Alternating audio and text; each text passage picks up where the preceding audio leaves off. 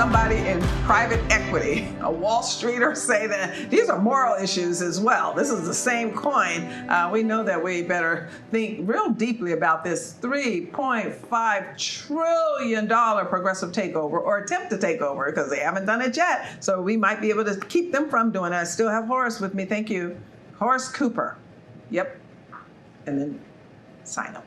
Because Tom. Yes. Tom McCluskey. I've got to say your last name correctly, even though I've known you for years, and your March for Life. You want to March for Life. And they come out to the March for Life. We're doing it again this year. Last year was a little bit of a COVID hiccup. Or what year is that? This year. Time seems to slip away, but it was in 2021, so 2022. Because we did it in 2020. That was before the government said, oh, be afraid of everybody and everything. Thank you, and thanks for planning to do it again for 2022.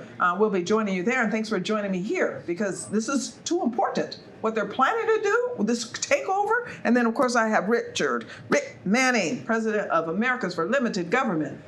We have to limit this government on this one. But Bill Walton, who you guys all know, brought up the moral implications. You know, he was the president of the Council for National Policy. We're talking about Christian conservative concern here. So I'm going to start with you, Tom, that there's what you're telling me, even on the expansion of Planned Parenthood. People think about Planned Parenthood, oh, but they do go. No, they're a big corporation. These are big corporations that are addicted to government, that are getting massive amounts, that are already sitting in their bank accounts somewhere. You guys are now alarming me that not only, oh, it's better than that start. Now they're going to go into everybody's bank account and know every transaction that you make. Let's talk about the moral part of this. Walk me through, can we even turn around? Can we fix our families to the point that we can push this back? In my opinion, you can't be pro-life unless you're optimist, and I firmly believe that we can push it back. What I see right now is desperate moves of people who know they're losing on the moral. And they're trying to take about the only reign of power they have, which is currently the federal government, because thanks to President Trump, a lot of the courts are now more constitutionally based. Thanks to a number of state legislators and governors across the U.S., they're pro-life, they're pro-family, they're pro-economic growth. So all they have is the House, Senate, and the White House right now. Except those are three very powerful entities.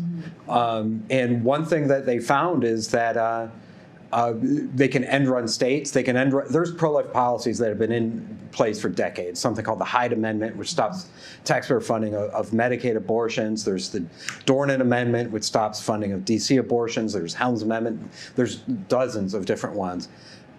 However, what this bill does and what the legislation they're introducing does is try to end-run all of that.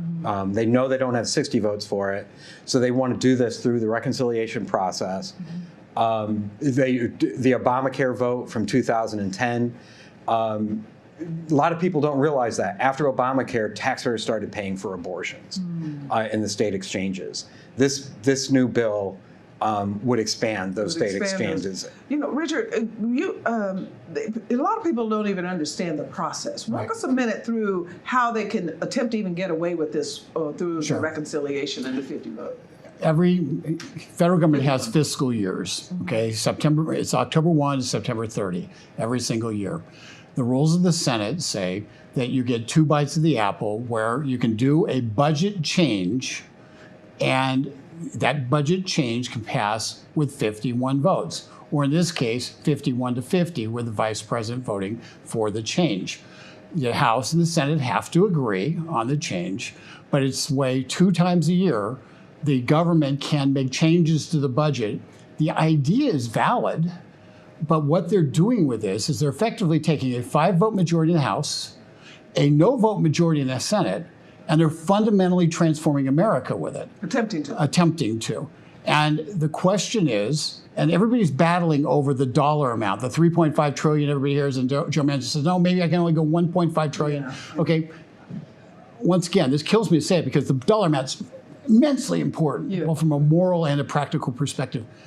But what's really important is all the language they put inside, the structure they build that Congress won't be able to change in 2023.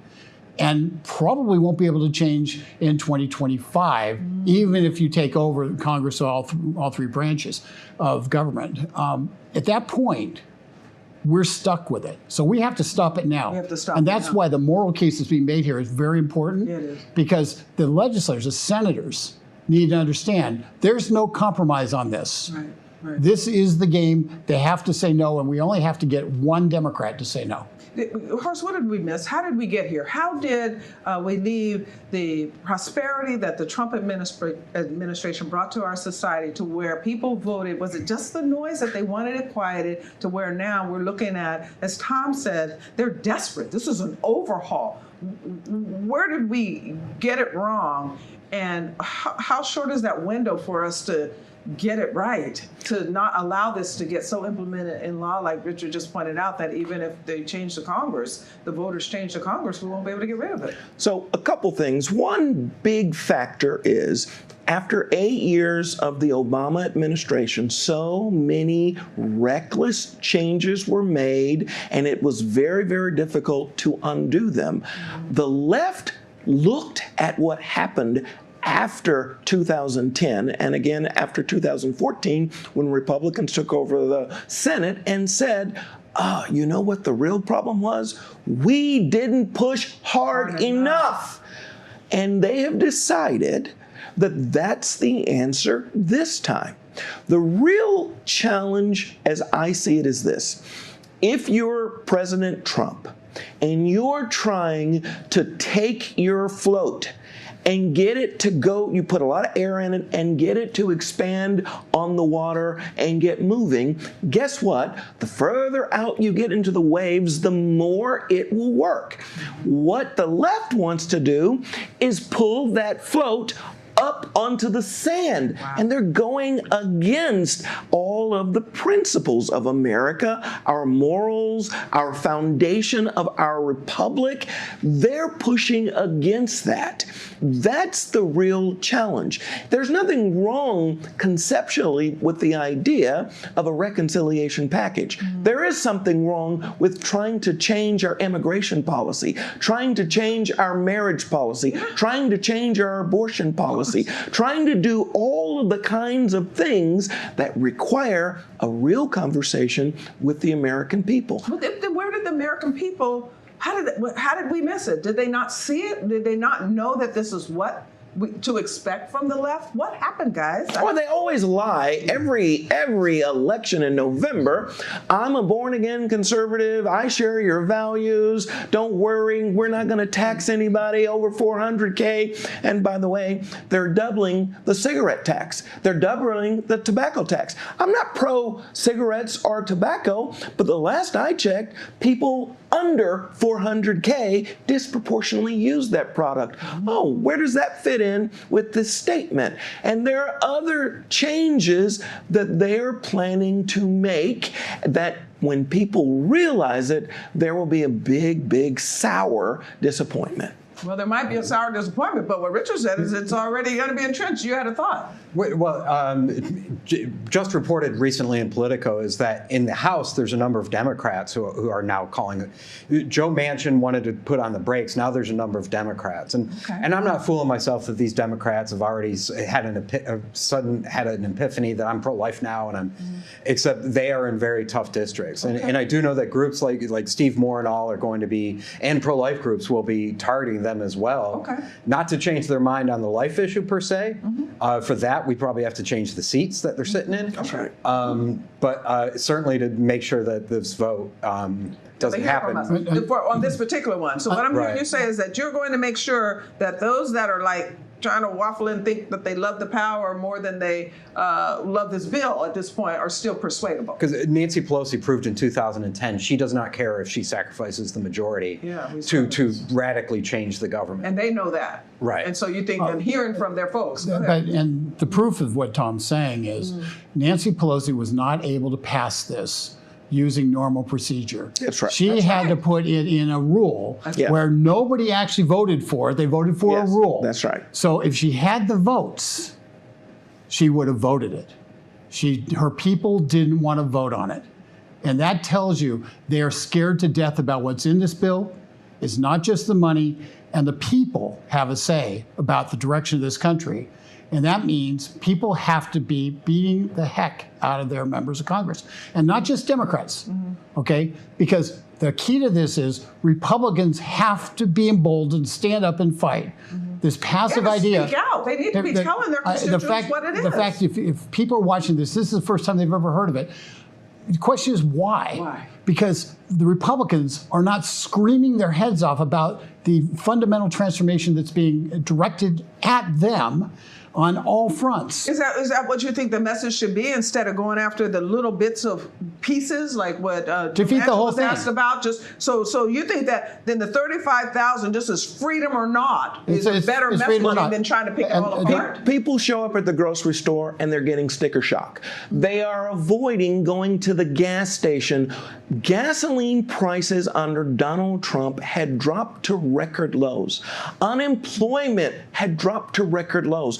Guess what? You're now seeing with Black America, after a 50-year unemployment low under Donald Trump, you're back up to 9% and it's heading higher. Guess With what? that new mandates, it's going to be Black higher. America is the canary in the gold mine. Yeah. You think it's just going to be Black America. It's going to be all of America. You're not going to be able to afford your home. You're not going to be able to afford your electricity. This idea that we're all going to buy electric cars that cost $110,000, that is going to crush the American dream. One of the biggest problems that exists around the world is energy poverty.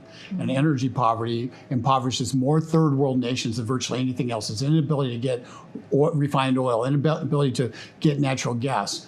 We were energy independent. That's right. The Middle East is a mess right now because of this president, and we cannot be dependent upon the Middle East ever again. That's right. For our energy. That's right. And so when you talk about the higher gas prices, just as an example, that affects the person who drives an older car that gets less gas mileage, which is disproportionately people in the lower 30 to 40 percentile Barack Obama of earners. Clunkers. The clunkers. And he bought up and made them more expensive so nobody could afford a car.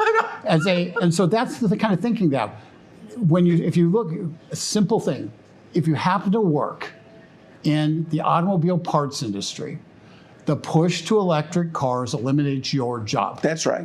And makes you dependent on China, who's going to be producing the batteries. Okay, they just took the optimism out of my Well, he's just little, explaining why we got to fight. I know, Right. but then now tell us how. Well, I think this is a bill that I think unites a lot of freedom loving Americans. Okay. Except you do have to be targeted. I believe that David had 5 smooth stones to defeat Goliath. We don't know which stone defeated him though. We're never told that. Interesting. And that's why I think we need to hammer on the tax. We need to hammer on the spending. We need to hammer on the life. So don't take the 35,000. Say no. Here's how. Get the issues that are impacting whatever community, because they've got a whole lot in there for a whole lot of communities. We have the technology nowadays to target our audience. That's right. That if we're talking to a certain community that cares more about the life issue and the family issue, then we will be talking to them. If it's a budget or economics, then American for limited government will. Now, then tell me what you think that the pastor should say about this. How does he incorporate it into his message over the pulpit, the pastor, the priest, without losing his 501c3? I'm just hoping my priest isn't listening to me right now. If I'm about to tell him what to say in his homily. However, we need to be more engaged. You talk about boldness, and to me, we say that we need members of Congress to be bold. Politicians are the last people in the line to usually be bold. We need to be bold, and our pastors and our priests, they need to be bold. All religious, they need to be bold because they know right from wrong. They've studied it, and they need to be able to explain it to those of us in the pews, those of us who aren't listening, because we're worried about the high prices. So we're not connecting at all, and we need to look to people like that. Two sides, economic and moral, same coin. And I'm just wondering then, if part of that messaging should be about just envy, this spirit of envy, this idea of covetous. The 10th commandment says don't do it, and that's exactly what this is. It's taken from one, given to another. That, in principle, is inconsistent with Scripture. 100% correct. And just remember, government seeks to replace the church and what it does. And ultimately, that's the base immorality. The government replaces God. The government replaces each of our moral responsibility as Christians to take care of our fellow man, to reach out, to care. You know, the money I spend in my taxes, that's not a pass not to care anymore. But the government, if you say, oh, the government will do it, let somebody else do it, because I'm paying a lot of taxes, then you are being deprived of the blessing that's intended for you, and the person you're supposed to bless is being deprived of that blessing, and it is evil. We have that responsibility. God gave it to us. We need to take it, and we need to take it away from the government. Yeah, I agree 100%. I know you do too, Horace, as well. We saw government expand under FDR. We saw government expand under LBJ. And as you mentioned, now we're reaping the benefit. And these people, and we know nothing has worked in the public sector when it comes to helping the poor, the least of these. But everything in the private sector works when people really care about their neighbor. On a local level, as you mentioned, Tom, this is all about family and local. So where do we go? That person is like, okay, what is the absolute 1, 2, 3 that I need to do? We got a minute and a half. Well, I want to just reiterate some of what Rick said, and that is this. There is a very corrosive effort underway that assaults the very essence of what it means to be an American.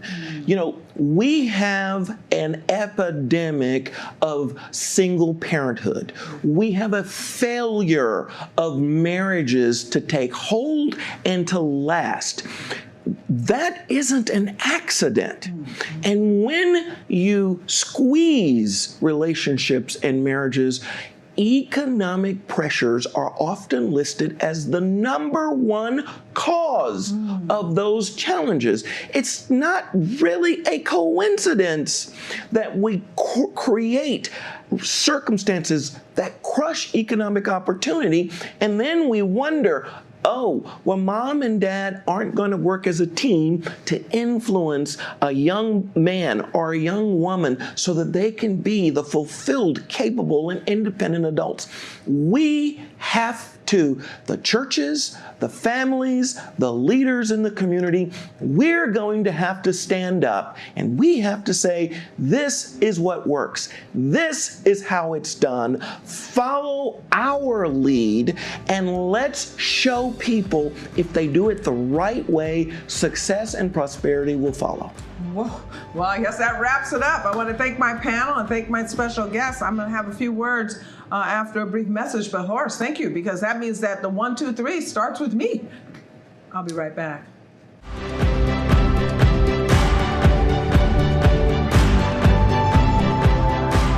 I had to sit quiet during my guests this time. Usually I like to interrupt them and get them off track and start discussions where maybe they shouldn't go, but this one you needed to hear all of what you heard, because this is a really big deal. This spending spree, as you also heard on panel, is not just about the money. It's desired by these progressives and other Democrats in Congress and the Biden administration. It sets a horrible example. Not only of financial mismanagement, this is not good for American households. You don't take on new debt when you haven't dealt with the debt you already have at your doorstep. You know, it's unfortunate that a lot of people in our country just live on debt and other people's money all the time. But this one is going to interrupt our whole society. The U.S. government is already $28 trillion in debt. Yet progressives think Washington taking more of your money and spend it on wasteful, redundant social programs that do nothing more than throw good money after bad. They think it's a good idea. They don't have a problem. They just ignore that the welfare state doesn't work for our nation's poor already. It's not working for us. And now they want everybody here. So we've got to stop it. We've got to stop this $3.5 trillion package from becoming law. They call it a human infrastructure bill. You need to let the members of Congress know that you cannot spend your way into economic growth. We can't keep doing this. We can't continue to put our entire country on welfare and continue to pay people not to work. You got to let your voice be heard. Elected officials work for you. This is crazy. This is like a teenager gone mad. And Washington needs to hear from you. They need to hear from me. And we need to let them hear from us today. Now. Thanks for watching another episode of Cure America with Star Parker. I'm Star Parker, and I'll be back with you again next week to give you more important news that we can sort through to find truth.